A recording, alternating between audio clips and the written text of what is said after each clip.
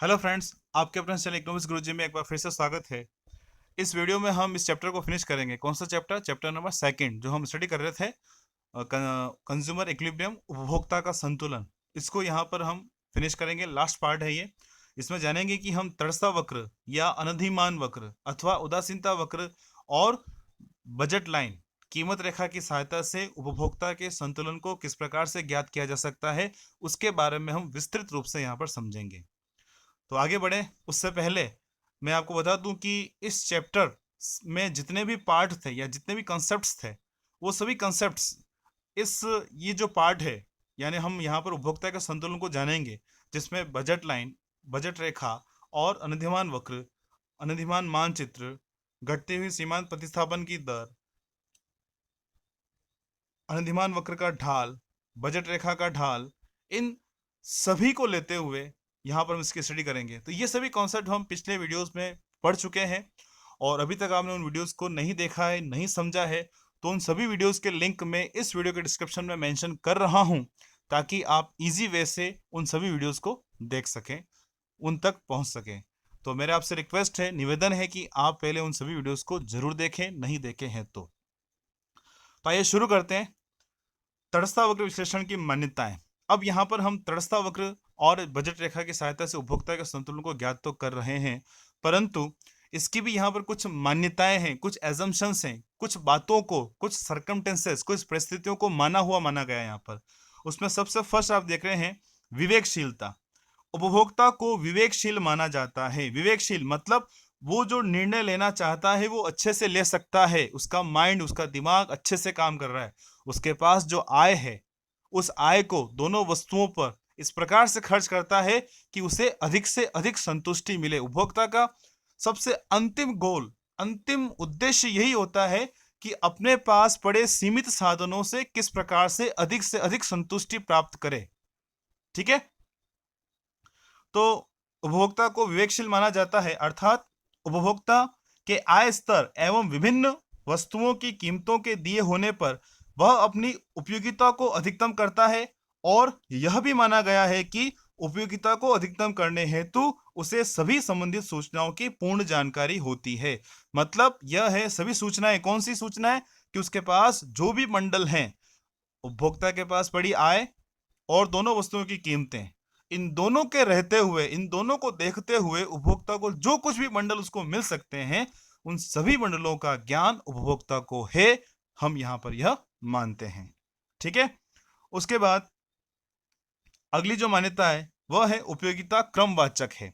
अर्थात यह माना गया है कि उपभोक्ता वस्तुओं के समूहों को अपनी पसंद के अनुसार श्रेणीबद्ध कर सकता है। समूहों को अथवा बंडलों को अपनी पसंद के अनुसार वो श्रेणीबद्ध करता है। जैसे कि दो बंडल उसके पास हैं, एक तो बंडल है 5-4, जिसमें x की 5 इकाइयाँ और y की 4 इकाइयाँ उसके उपभोग करने को मिल रही हैं, और दूसरा बंडल है उसके पास 5-6। तो इस स्थिति हम देख रहे हैं कि दो प्रकार के बंडल उसके पास उपलब्ध हैं। तो आप देख रहे हैं कि दूसरे बंडल में 5-6, अर्थात दोनों को हम यहाँ पर प्लस करें तो 11 इकाइयाँ दोनों वस्तुओं की उसको मिल रही है उपभोग करने के लिए। जाहिर है, तो इस स्थिति में 5-6 को वह प्रथम स्थिति पर रखेगा, यानी क्रम में अगर रखता है तो उसे प्रथम पायदान पर रखेगा, और 5-4 को वह द्वितीय पायदान पर रखेगा। ठीक है, तो इस प्रकार से उपयोगिता को यहाँ पर क्रमवाचक माना गया है। फिर पसंद संगति युक्त है, यानी उपभोक्ता का व्यवहार संगति युक्त है। उपभोक्ता जैसे जैसे बंडलों को प्राथमिकता देता है उसके अनुसार ही वो चलता है। जैसे कि हम यहाँ पर 3 बंडल उपभोक्ता के पास है, इसको समझने के लिए हम यहाँ पर 3 बंडल लेते हैं। एक तो बंडल लिया हमने ए, एक लिया है बी और सी। अब यदि वो ए को बी पर प्रीफर करता है, उस पर अधिक, उसको ज़्यादा पसंद करता है, तो इस प्रकार से हम लिखेंगे ए इज मोर देन बी, क्योंकि उसको यहाँ पर हम जान रहे हैं कि उपभोक्ता को बंडल ए से, संयोग ए से अधिक संतुष्टि प्राप्त हो रही है बजाय बी के। और अगर वो बी को सी पर प्राथमिकता देता है तो इस प्रकार से यहाँ पर लिखेंगे। ठीक है, तो इसका मतलब क्या है, यहाँ पर तीनों बंडलों में ए को बी पर प्राथमिकता दे रहा है और बी बंडल को संयोग सी पर वह अधिक प्राथमिकता दे रहा है। तो इस प्रकार अंततोगत्वा वह बंडल ए को सी पर भी प्राथमिकता देगा। ठीक है, आगे बात समझ में। तो यहाँ पे कहते हैं कि उसकी जो पसंद है वो संगति युक्त है। अब बात आती है नेक्स्ट, अगला 4, उपभोक्ता की कुल उपयोगिता विभिन्न वस्तुओं की उपभोग की गई मात्रा पर निर्भर करती है। यहाँ पर जो आप देख रहे हैं ये है एक उपयोगिता फलन। उपयोगिता फलन के बारे में हम पहले पढ़ चुके हैं। तो उपयोगिता फलन में क्या है, यहाँ पर बताया गया है कि उपयोगिता जो है विभिन्न इकाइयों की, वस्तु की विभिन्न इकाइयों की मात्रा का फलन है। मतलब यहाँ पर आप देख रहे हैं U is the function of Q1 Q2 and Q3 Q4 Q5, जितनी भी वस्तुएं हैं, वस्तुओं की इकाइयां हैं, उन सब का फलन है। अगर Q1 का ही फलन है तो उपयोगिता कम होगी। Q1 Q2 दो वस्तुएं हैं, दो इकाइयां हैं, तो यहाँ पर उपयोगिता अधिक होगी। Q2 Q3 Q4 आगे और इकाइयां हैं तो और अधिक उपयोगिता उसको प्राप्त होगी। तो कुल मिलाकर किसी भी वस्तु से प्राप्त होने वाली उपयोगिता उस वस्तु की उपभोग की गई मात्राओं पर निर्भर करती है। ठीक है। और लास्ट इसकी मान्यता है, तटस्थता वक्र विश्लेषण में प्रतिस्थापन की सीमांत दर को घटती हुई माना जाता है, अर्थात तटस्थता वक्र मूल बिंदु से उन्नतोदर होते हैं। यहां पर प्रतिस्थापन की सीमांत दर अर्थात MRS, marginal rate of substitution, इसको यहां पर घटता हुआ माना गया। ये क्यों घटती है, इसके पीछे क्या कारण है, वो भी हम पिछले वीडियोस में देख चुके हैं।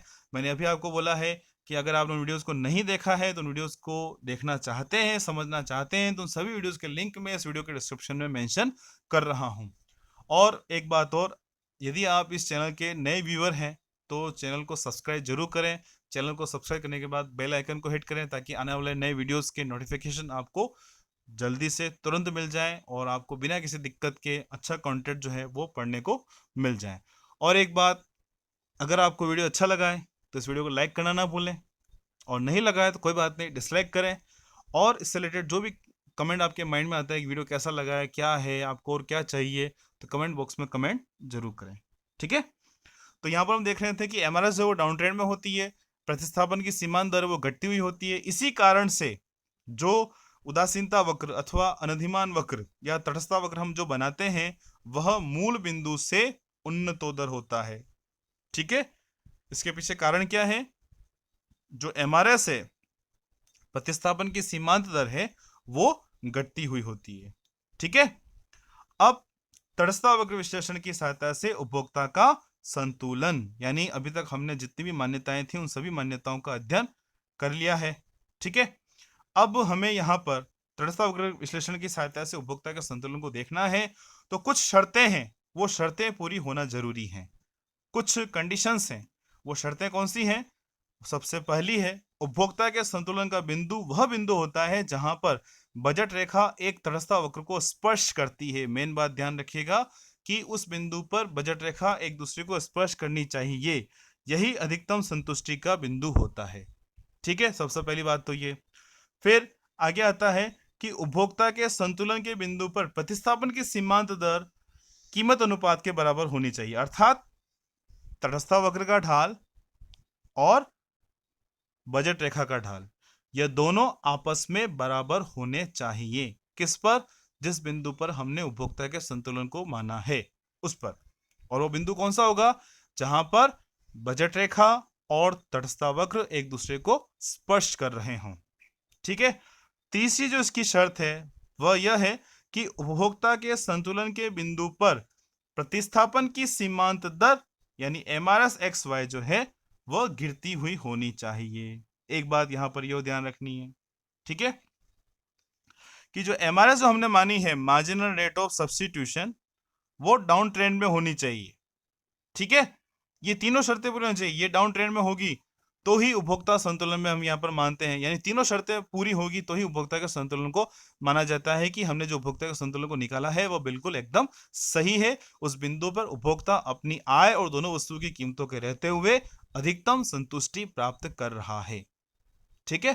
तो तीनों शर्तें कौन कौन सी है? एक तो बजट रेखा और तटस्थता वक्र एक दूसरे का स्पर्श करने चाहिए। दूसरा, दोनों का ढाल अर्थात MRS और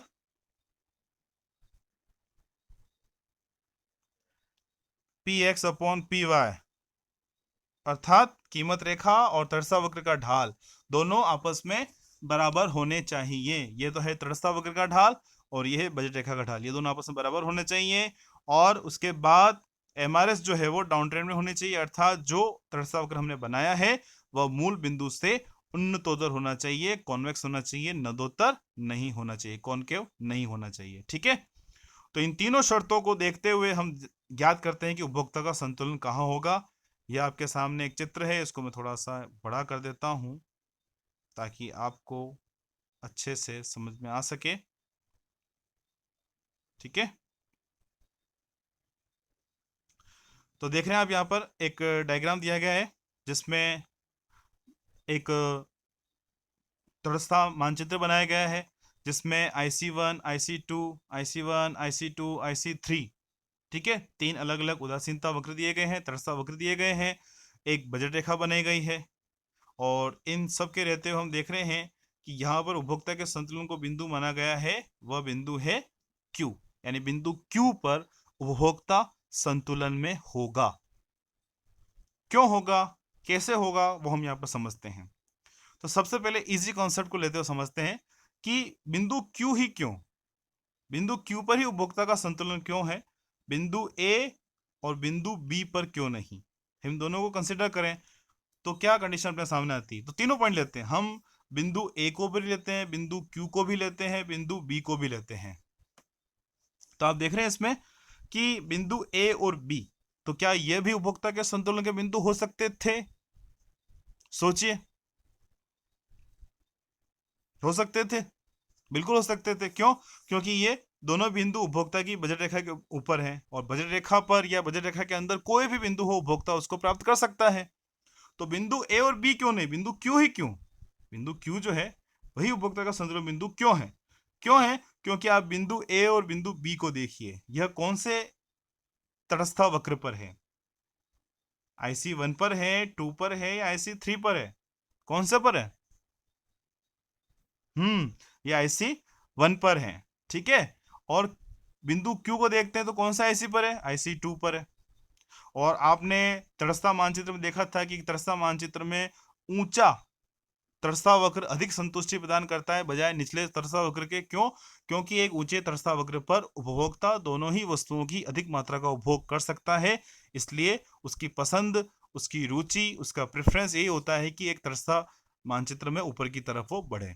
ठीक है, तो यहाँ पर हम देख रहे हैं कि एक तटस्थ मानचित्र दिया गया है, IC1, IC2, IC3 तीनों दिए गए हैं, तो उपभोक्ता ऊपर की तरफ बढ़ना चाहेगा, मगर उसको रोकेगा कौन? उसकी बजट लाइन। ठीक है, और यहाँ पर हम देख रहे हैं कि बिंदु Q पर उपभोक्ता का संतुलन है। क्यों? क्योंकि उसकी जो बजट लाइन है, बजट रेखा, उसकी जो क्षमता है, उस क्षमता में यह बिंदु Q है। ठीक है, इसके अलावा और कोई भी बिंदु Q के अलावा IC2 पर जैसे कि बिंदु D हो सकता था, वह संतुलन का बिंदु नहीं होगा। क्यों? क्योंकि वह उसकी बजट रेखा से बाहर है। ठीक है, तो बिंदु Q जो है वो उपभोक्ता का संतुलन बिंदु हो गया।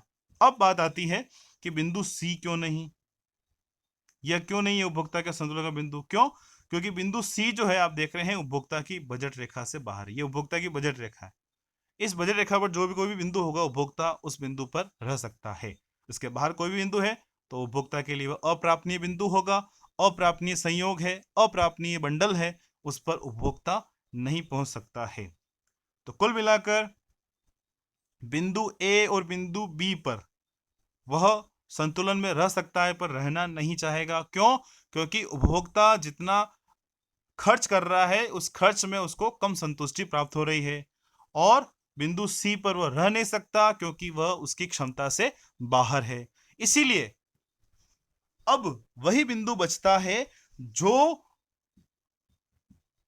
त्रस्ता वक्र और बजट रेखा इन दोनों के स्पर्श बिंदु पर है। आप देख रहे हैं इस बिंदु Q पर जो देख रहे हैं हम, त्रस्ता वक्र और बजट रेखा दोनों को आपस में एक दूसरे को स्पर्श कर रहे हैं। इसीलिए तीनों शर्तें बनी है। तीनों शर्तें, पहली शर्त क्या थी कि संतुलन का बिंदु वहां होगा जहां पर त्रस्ता वक्र तथा बजट रेखा एक दूसरे को स्पर्श करते हो।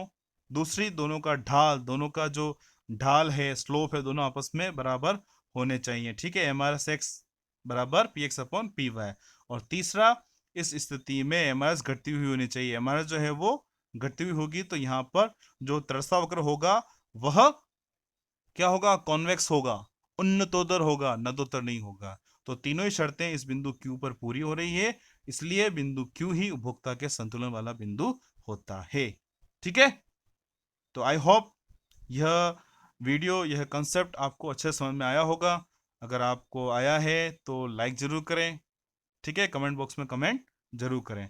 अब इसका डिस्क्रिप्शन अगर आप नोट करना चाहते हैं तो मैं इस वीडियो को धीरे धीरे ऊपर की तरफ स्क्रॉल करता हूं, आप इसको पॉज करके जो भी लिखना चाहते हैं वो लिख सकते हैं। ठीक है, वीडियो को पॉज करके अगर आप इसमें कुछ नोट करना चाहते हैं तो इजी वे से उसको नोट कर सकते हैं। ओके, तो इस प्रकार से हमने सेकंड चैप्टर जो है वो यहाँ पूरा कंप्लीट किया, उपभोक्ता का संतुलन। अब आगे आने वाले वीडियोस में हम मांग से संबंधित जो कॉन्सेप्ट हैं, मांग मात्रा, मांग के नियम, उन सब से संबंधित जो मांग के उदाहरण जो टॉपिक है वो स्टार्ट करेंगे। तो बने रहिए चैनल के साथ। Okay, thank you, thanks for watching. नमस्कार गुरु जी, बाय बाय।